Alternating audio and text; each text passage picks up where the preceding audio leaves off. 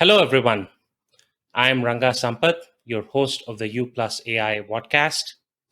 Today, I have with me Vishnu Rachakonda.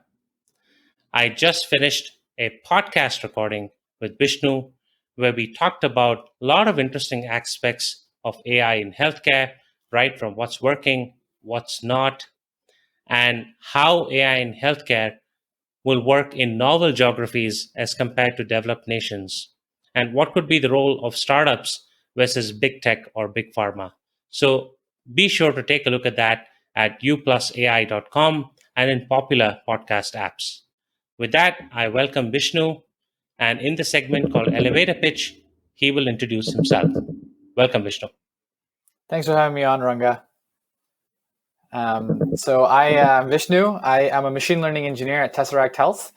So what Tesseract is doing is we're building an affordable, portable eye imaging device. And my role at Tesseract is to really apply machine learning and layer it on top of our device to help make what we're building more usable and more useful. And so what that means is a combination of workflow augmentation, clinical workflow augmentation, and diagnostics. And outside of work at Tesseract, I'm also involved with the MLOps community, which is a 3,500 person community of people who talk about machine learning in production. So thank you for having me on.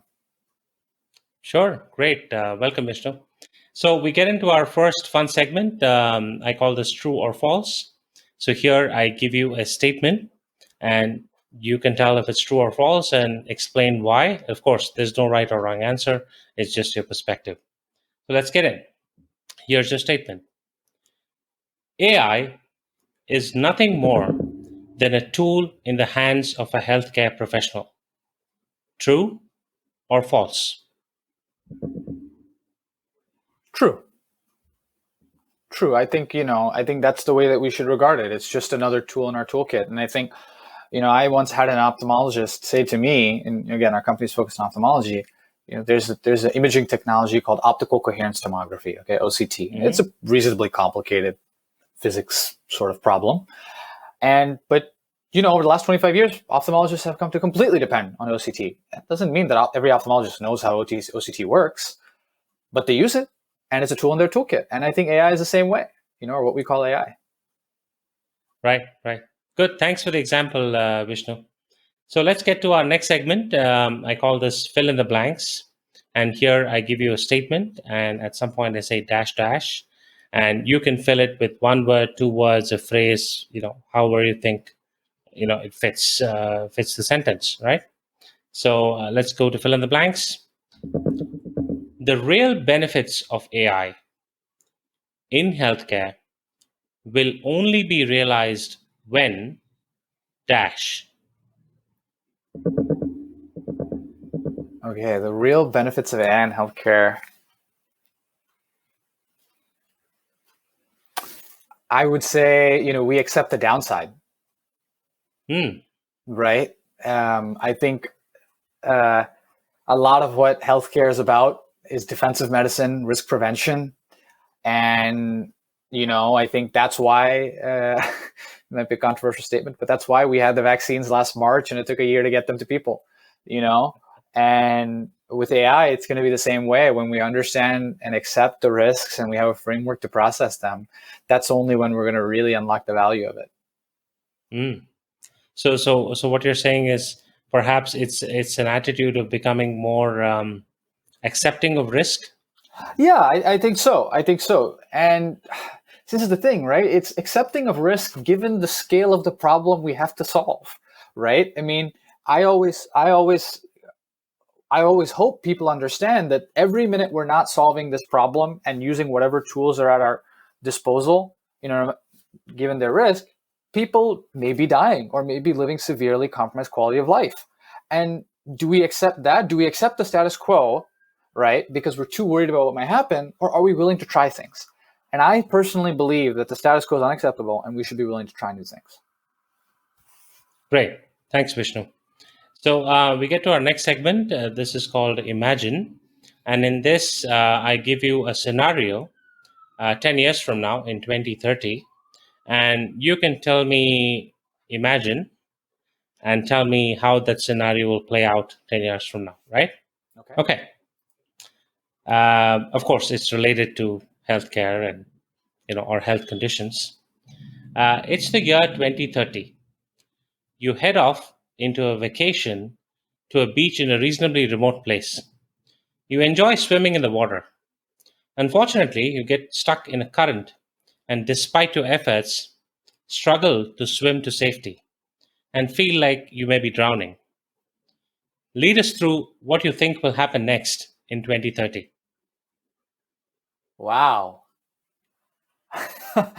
um, I'm not sure if there's an alternative to a tragic end necessarily by 2030. It's not that far away. It's already 2021.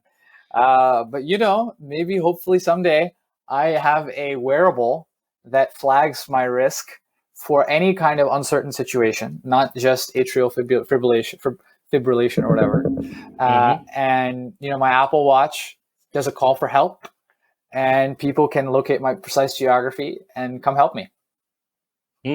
Right. Or even before that, maybe there's a drone that helps you out, or throw Yeah, something that you can pull yourself to safety with. yeah, yeah. Who knows? That would be pretty remarkable. All right. Okay. Fun. Thank you. So we get to our last segment. I call this a tweet saves the day. So here I give you a scenario and ask you to write a tweet. Of course, you don't have to write a tweet. You can share what you would think. Okay. So here's your scenario. The digital health startups that get funded are the ones solving niche problems in the healthcare domain.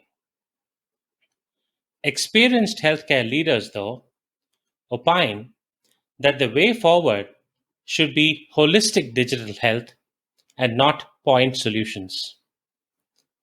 You have a chance to weigh in with your opinion via a tweet. What Oh, would you tweet? easy for you to say. I mean, it's everybody's a critic, right? Everybody's a Uh, critic. Everybody sits there and says, we should be doing. People really should be thinking about this problem more effectively. I mean, I'm surprised, but okay, experienced healthcare leader, what have you done lately? Where are we today, right? We just went through a global pandemic, and I don't think our results were that impressive. So, I have very little patience for people who are part of the sort of old guard who criticize the new guard for thinking differently and taking risks that they wouldn't take mm, because, they are sitting on a problem that they have played a part in creating. We're dealing with their problems, okay? And so I'm not one with a lot of patience for that kind of attitude. okay, okay. So I guess your tweet will generate a lot of action. Oh, absolutely. I mean, yeah. All right, great. Well, it's been fun to talk with you, Vishnu, and get your perspectives on these fun segments.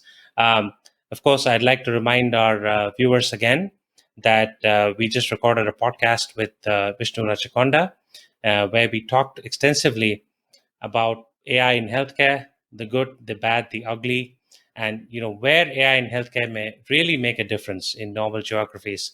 Of course, we delved into ML ops as well. So do listen to it at you+AI.com and in all popular podcast apps. So thank you, Vishnu. It's been great. It's been a lot of fun talking with you. Thank you so much. Thank you. This has been great.